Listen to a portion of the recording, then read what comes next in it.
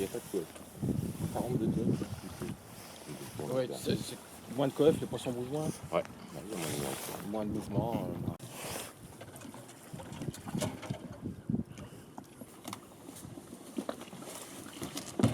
Nous retrouvons nos amis d'Ultimate Fishing pour une traque du bar à Belle-Île-en-Mer, le temps d'une confrontation entre leur dur et leur souple. Nous allons débuter par un tirage au sort, qui va désigner lequel d'entre vous pêchera au leurre dur et l'autre au leurre souple. Alors j'ai un leurre souple ici. D'accord.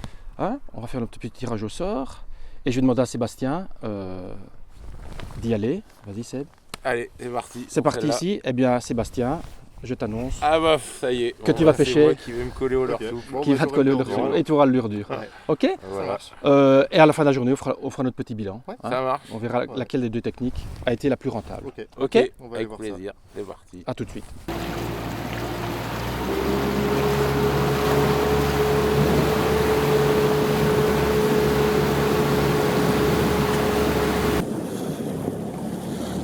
Nicolas et Sébastien optent tout d'abord pour une prospection des zones de pêche situées aux abords immédiats de la côte intérieure de Belle-Île. Les spots à bar sont nombreux le long de cette côte rocheuse très découpée. Et même si nous sommes hors saison, quelques poissons y patrouillent sans doute toujours. Sébastien s'en remet à une valeur sûre.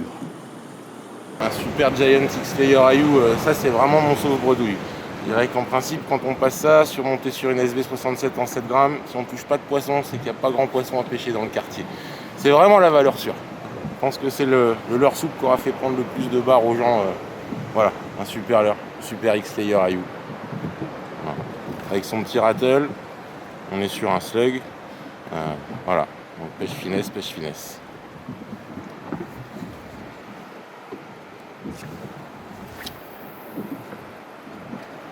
Nicolas débute en surface.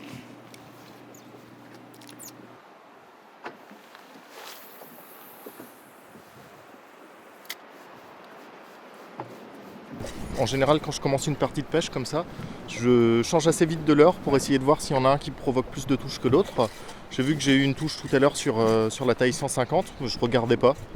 J'étais en train de parler à Seb. Voilà, il y a un poisson qui est monté dessus. Donc voilà, donc je vais essayer déjà de faire plus de pauses parce que la seule touche que j'ai eue c'est sur les pauses. Et puis je vais changer de leurre pendant peut-être une heure comme ça assez régulièrement pour essayer de déterminer s'il y a une couleur ou une taille qui m'apporte plus de touches que les autres. Et puis je vais creuser autour de ça pour essayer de déterminer le bon leurre de la journée. Okay. Ça bien en barre, ça. Ça part de travers.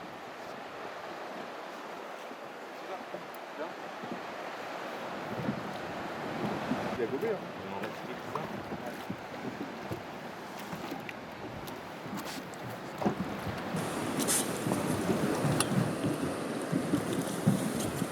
La capture d'un premier poisson par Sébastien pousse Nicolas à abandonner le leurre de surface pour descendre une première fois dans la couche d'eau, avec un poisson nageur évoluant entre 1,50 m et 2 mètres de profondeur, le 110+1 de Megabass. Je pense que c'est vraiment important de varier autant sur les animations, les coloris, les tailles de leurre, les sonorités en début de partie de pêche, essayer de trouver quelques indices.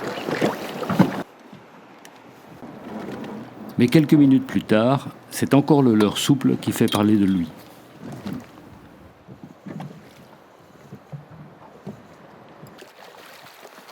Joli.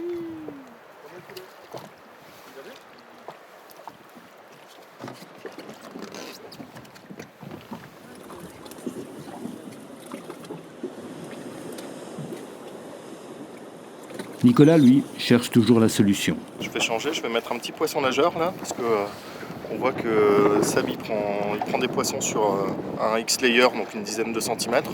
Je vais essayer de coïncider à peu près à cette taille-là.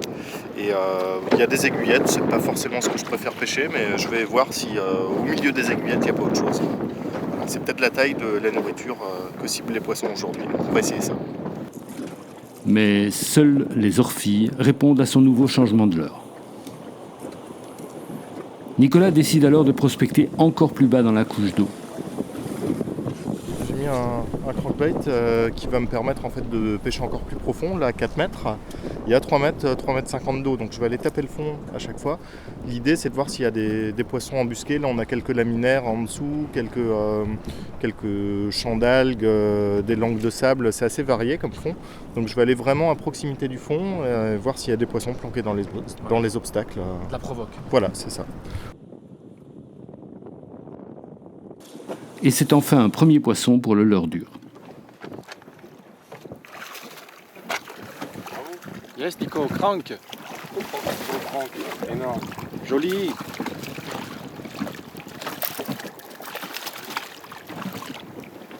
Ouais, Nico. Yes. Joli poisson. Joli poisson, Nico. Après 3 poissons capturés en bordure, il est vrai d'une taille assez modeste, Nicolas et Sébastien décident de s'écarter quelque peu du rivage afin de prospecter en zone plus profonde.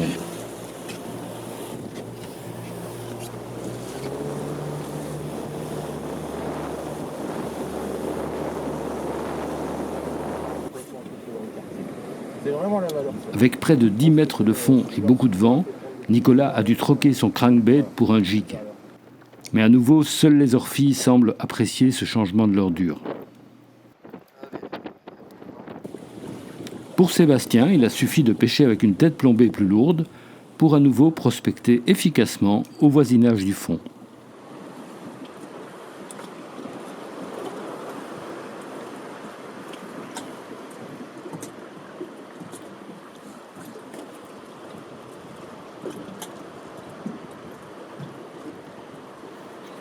Et les résultats n'ont pas tardé.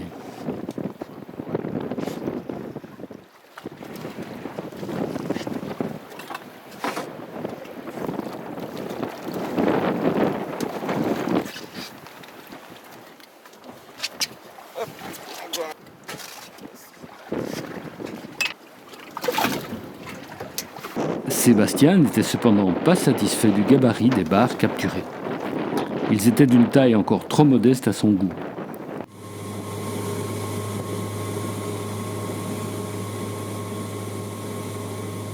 Peut-être les plus beaux poissons étaient-ils cantonnés à une plus grande profondeur. Il fallait donc vérifier. Cap sur un poste bien connu, un dôme rocheux situé à près de 30 mètres de fond. Ouais, on va aller pêcher un petit peu plus creux maintenant, on va aller pêcher dans 25 mètres d'eau.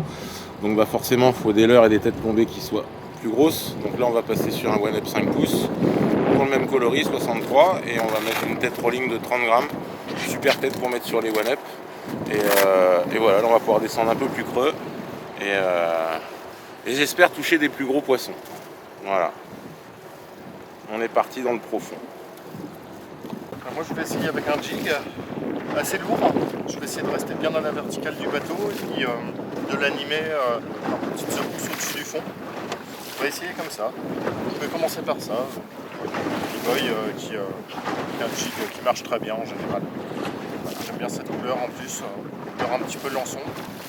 On va voir. Sans réelle surprise, le passage à très grande profondeur ne s'opéra pas en faveur du leurre dur. Les animations de Nicolas au gig étaient sans doute encore trop agressives pour intéresser des bars trop peu actifs pour ce genre de manège.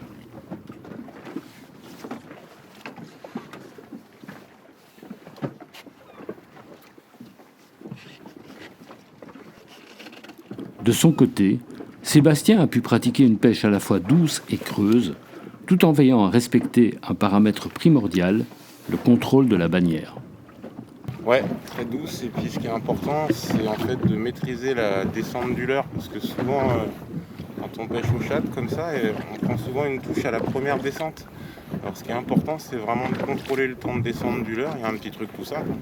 Il suffit de compter dans sa tête à peu près 1 mètre à la seconde. Et puis surtout maîtriser la bannière. De manière à ce que si jamais on est pris à la première touche, on puisse le sentir et ferrer le poisson. Et après, effectivement, ici, c'est un endroit où on pêche de manière plutôt lente et avec des shads relativement mous. C'est le pattern qui convient bien ici. Ils prennent à la descente.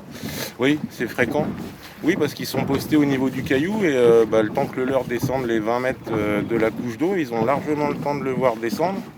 Et souvent, pouf, à la première descente, ils le prennent. Et beaucoup de pêcheurs ne maîtrisent pas cette bannière, on va dire. Et le problème, c'est que si jamais on ne sent pas la touche, le poisson recrache et souvent on effraie ses congénères, on va dire. Donc c'est important de maîtriser le temps de descente du leurre, en fait. Là, on va changer de côté de pêche puisqu'on va dépasser le caillou.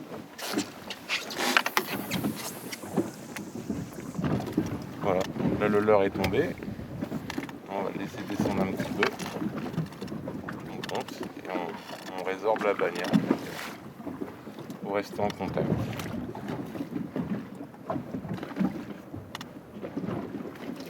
Et ce pattern au leurre souple s'avéra à nouveau payant avec cette fois les beaux poissons espérés par Sébastien. Ouais, c'est plus que correct, hein.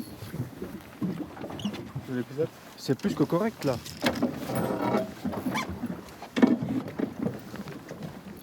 Ah oui, je suis encore toujours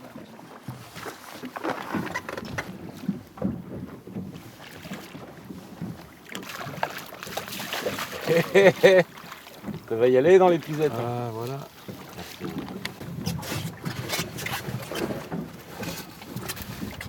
Eh ben, il n'a pas fallu longtemps. Ouais, joli poisson. Joli poisson. Petit poisson. Ah.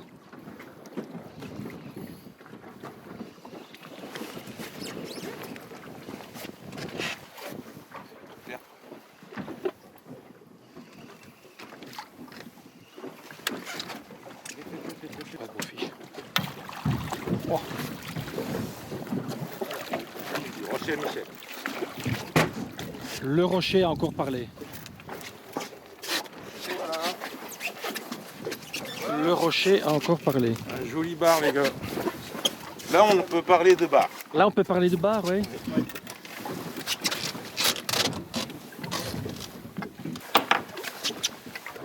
monsieur. Oui, ça c'est joli bar. Super poisson, hein. Ah oui, là. Ça c'est du bar. Voilà. Au moment de remettre tout ce petit monde à l'eau, l'un des bars a dû subir une petite intervention bénigne.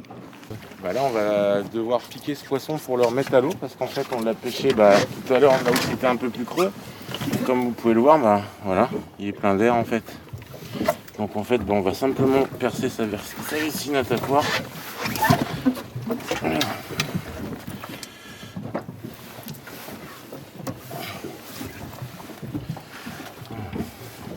En gros, il faut prendre la 4e dorsale. 1, 2, 3, 4. Un prolongement de sa pectorale. Et voilà. Ça se vide. Rien d'extraordinaire. En principe, faut pas trop appuyer dessus, il faut qu'il se fasse tout seul. Mais on n'a pas trop de temps à perdre. Donc, et voilà, et là il est plus gonflé en fait. Voilà, et donc là. Il devait repartir maintenant. Ouais.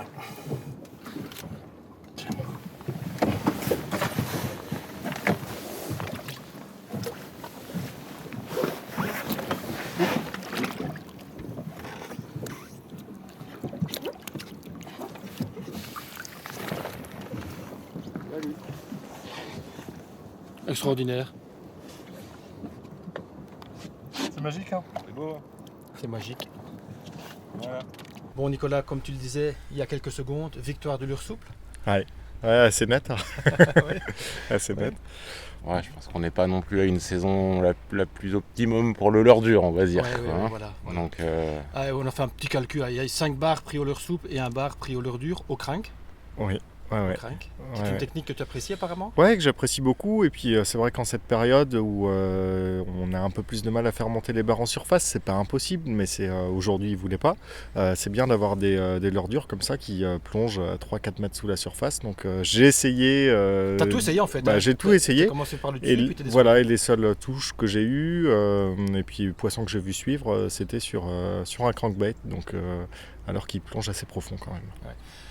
Les aiguillettes ont un peu joué, enfin ce que vous appelez les aiguillettes qu'on appelle nous chez nous les orphies ont joué les troubles fêtes, notamment en bordure. Hein. Ah Ouais, ça fait de la touche. Ça fait de la touche, mais Ouais, on en a pris quelques mètres. Ouais. on en a pris quelques-unes. Ouais. C'était un peu l'invité surprise. C'était l'invité surprise. Ouais. Hormis ça, un taco, c'est ça? Un taco, ouais. Un Un taco. petit taco. Ouais.